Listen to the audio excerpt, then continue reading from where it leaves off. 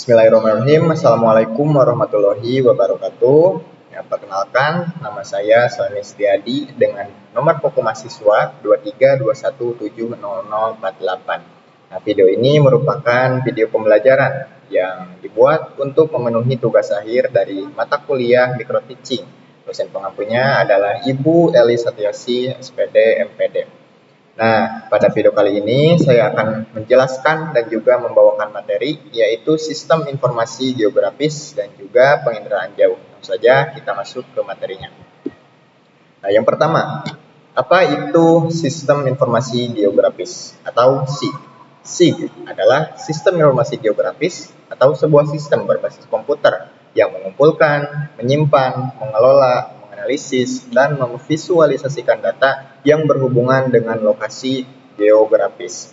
Sistem informasi geografis merupakan sebuah sistem. Sistem artinya adalah kumpulan dari beberapa komponen yang dibuat dan juga dikhususkan untuk tujuan tertentu. SIG ini tujuannya adalah memvisualisasikan atau menggambarkan data yang kita butuhkan ataupun yang kita ingin olah dengan yang berhubungan dengan lokasi geografis, dan juga tentunya output akhirnya adalah sebuah peta. Kemudian teknologi ini mengintegrasikan data spasial berupa peta dan data non-spasial atribut untuk membantu pemahaman pola, tren, serta hubungan geografis dan mendukung pengambilan keputusan yang lebih cerdas. Jadi sistem informasi geografis ini tidak awam digunakan sebagai dasar sebuah analisis ataupun dasar sebuah pengelolaan dalam menentukan sebuah kebijakan.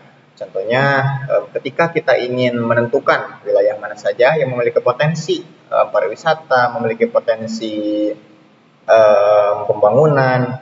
Sistem informasi berperan dalam perencanaan tersebut karena dapat memvisualisasikan atau menggambarkan nantinya hasilnya seperti apa secara lebih akurat. Lanjut. Adapun komponen dari SIG. Komponen adalah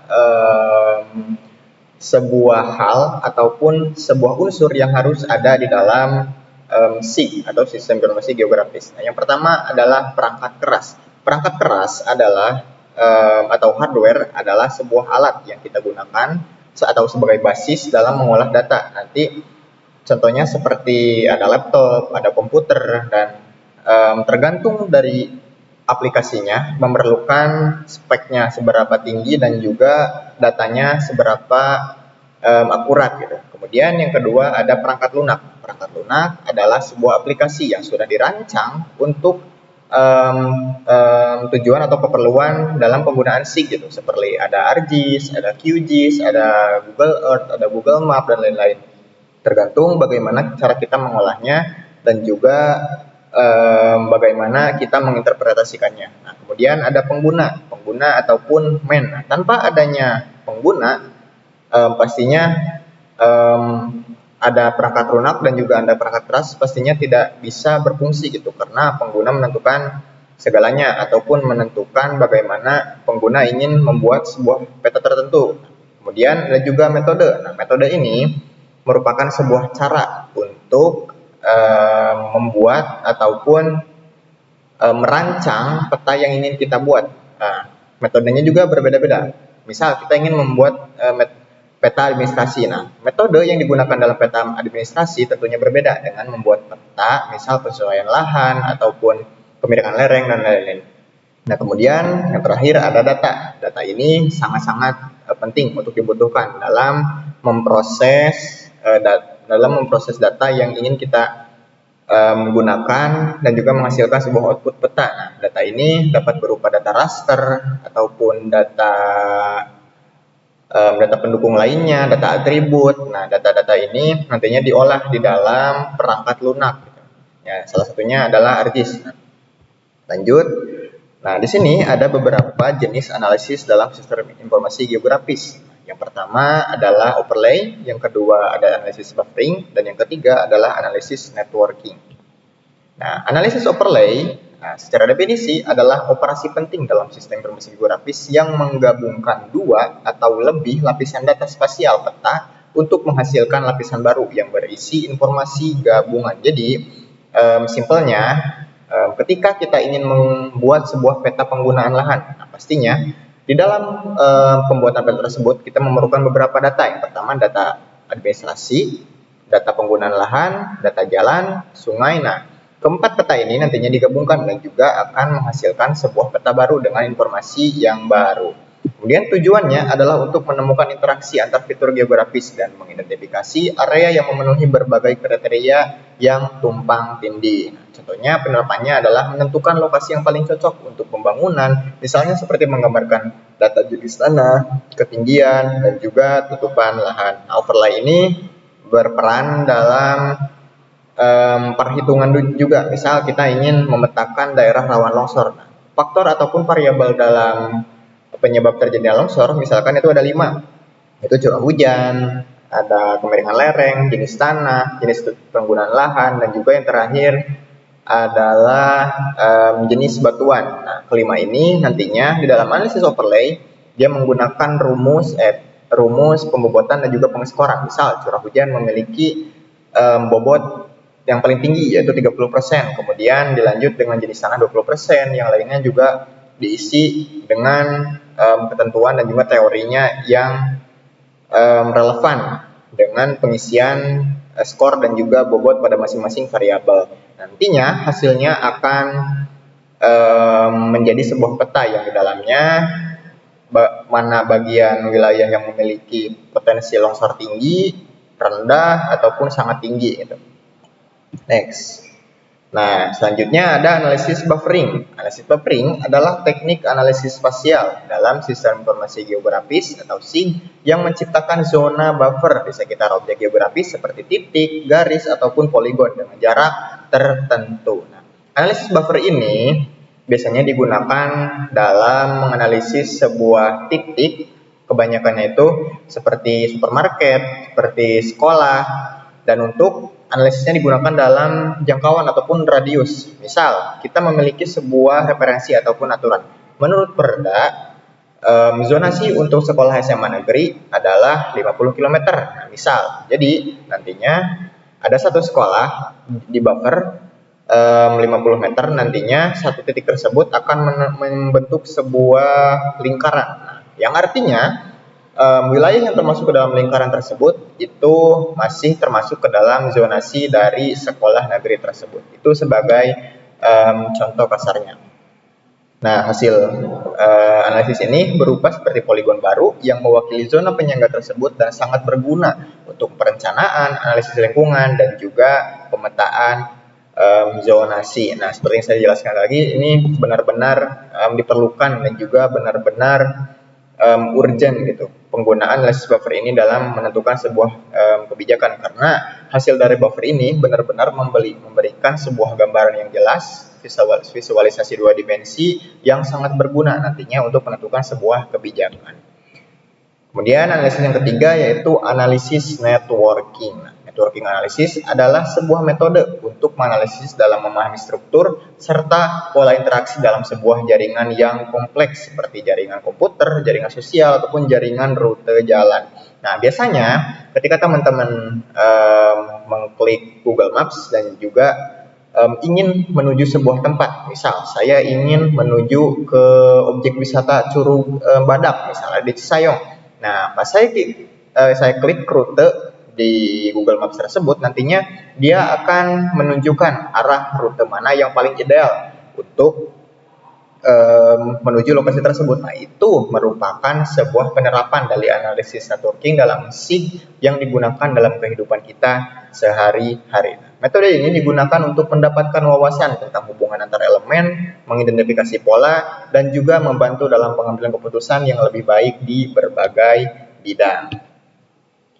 Nah, masuk ke dalam materi penginderaan jauh. Secara definisi, penginderaan jauh adalah teknologi untuk memperoleh informasi tentang suatu objek, area, ataupun fenomena tanpa kontak fisik secara langsung, melainkan menggunakan sensor jarak jauh seperti satelit atau pesawat untuk mendeteksi radiasi pantulan dan pancaran dari objek tersebut. Nah, mungkin kita selalu bertanya-tanya, bagaimana bisa kita yang ada di sini, kita dapat melihat kondisi dari misal kabupaten lain. Saya berada di Tasikmalaya dan juga saya ingin melihat kondisi terkini dari misal kota Jakarta. Itulah penerapan dalam penginderaan jauh, karena penginderaan jauh itu merupakan sebuah alat ataupun sistem yang diciptakan untuk kita dapat melihat kondisi di area yang tidak bisa kita lihat secara langsung gitu. Nah, penginderaan jauh ini mengandalkan beberapa unsur ataupun elemen, yang pertama seperti satelit. Satelit ini menghubungkan sinyal yang ada di hardware kita menuju ke satelit secara terhubung secara langsung dan nantinya akan menuju kepada tempat yang ingin kita lihat gitu. Langsung saja. Nah, ada cara kerja penginderaan jauh.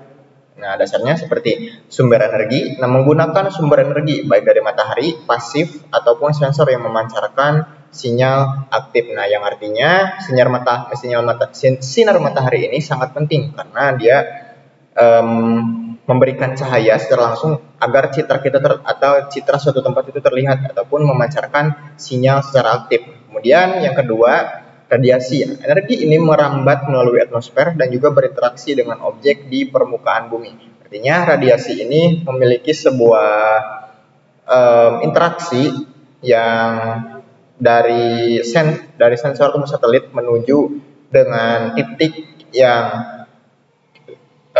berhubungan dengan sistem penginderaan jauh yang nantinya dapat digunakan. Nah, kemudian ada sensor. Sensor pada satelit ataupun pesawat menangkap energi yang dipantulkan ataupun dipancarkan kembali oleh objek. Nah, sensor ini dapat berupa seperti teman-teman pernah lihat seperti garis yang di dalamnya ada berbagai warna. Nah, warna-warna tersebut merupakan sebuah sensor yang memiliki arti masing-masing. Misal, sensor warna merah dia melambangkan ketinggian di atas 5000 mdpl dan makin turun warnanya, makin kebiruan dia makin rendah itu ketinggian tempat tersebut. Nah, itu merupakan sensor. Kemudian pemrosesan data. Data yang terkumpul kemudian diolah menjadi bentuk citra atau data numerik untuk dianalisis. Jadi, data hasil penginderaan jauh itu dapat diinterpretasikan ataupun kita olah menjadi sebuah informasi baru. Diolahnya menggunakan apa? Menggunakan sistem informasi geografis. Lanjut. Nah, adapun manfaat dari penginderaan jauh. Yang pertama, untuk pemetaan, yaitu membantu membuat peta yang akurat dan detail untuk berbagai keperluan. Nah, tentunya pemetaan tanpa dengan penginderaan jauh itu mungkin sangat sulit karena penginderaan jauh karena sistem informasi geografis pada dasarnya itu sebuah sistem yang dirancang untuk memudahkan dan juga menggunakan sebuah teknologi. Nah, teknologi ini maksud dasarnya adalah dari data penginderaan jauh. Kemudian manfaat untuk lingkungan yaitu memantau kondisi hutan, lautan, mendeteksi bencana alam seperti banjir atau kebakaran hutan. Nah, pemantauan ini dapat dilakukan secara manual ataupun teknologi menggunakan data-data sekunder yang telah tersedia seperti data citra dari Landsat, dari Sentinel, dari Google Earth.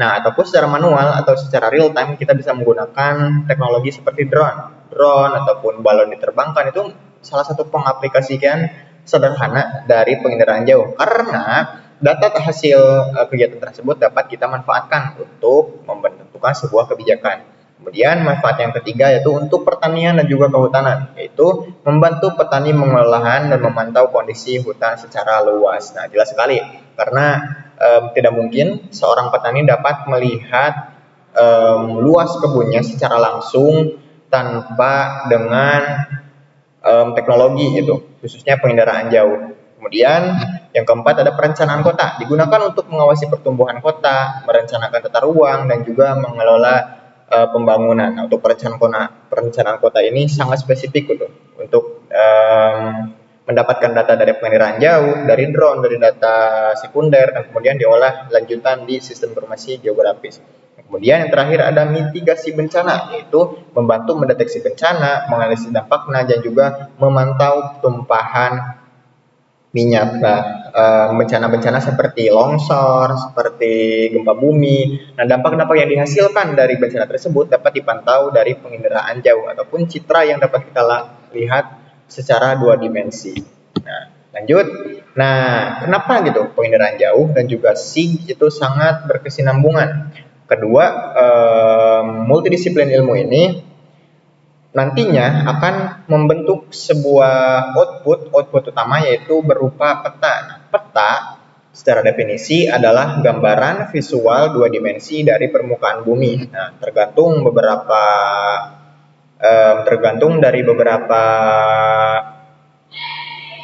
tujuan yang ingin kita buat ataupun yang ingin kita buahkan dari data penginderaan jauh dan juga data sistem informasi geografis. Nah, langsung saja kita contohkan ke penerapannya. Kita langsung. Nah, ini merupakan sebuah aplikasi sistem informasi geografis yang mungkin tidak awam untuk digunakan, yaitu ArcGIS. Nah, di ArcGIS ini kita dapat mengolah data-data yang nantinya kita dapat buat dengan tujuan masing-masing ataupun tujuan tertentu gitu. Misal, saya ingin membuat sebuah peta administrasi dari misal Kabupaten Ciamis. Nah, karena data sekunder hasil penginderaan jauh sudah tersedia di internet di berbagai website seperti Indonesia Geospasial, Inageoportal dan lain, kita tinggal unduh dan juga tinggal mengolahnya. Misal, di sini saya sudah mengunduh dari Kabupaten Ciamis gitu.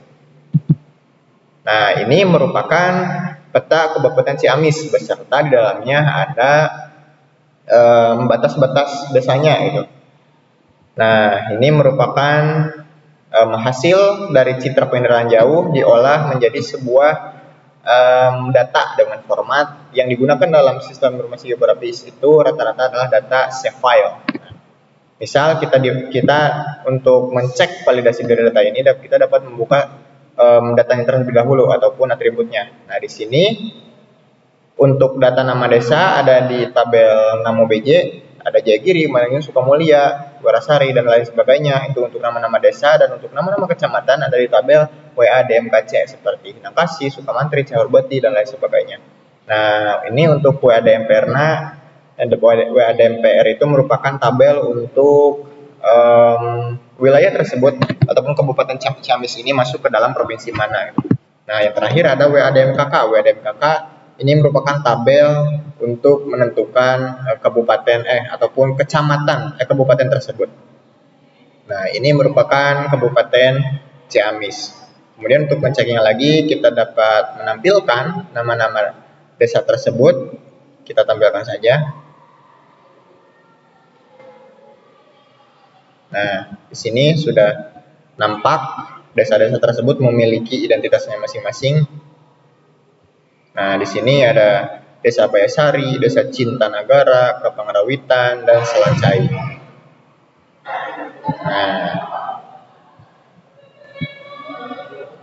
Nah, selain dari ArcGIS, kita juga dapat mengaplikasikan penginderaan jauh dan juga SIG itu ada di Google Maps dan juga Google Earth Pro. Misal, saya sudah menginstal Google Earth Pro untuk keperluan penelitian saya, karena Google Earth Pro juga memberikan data-data yang faktual, juga ada data historical gitu. Jadi kita bisa dapat melihat data dari 2015, 16, 17, 18 gitu di Google Earth Pro. Nah, contohnya ini penelitian yang saya lakukan yang berlandaskan data dari Google Earth Pro gitu.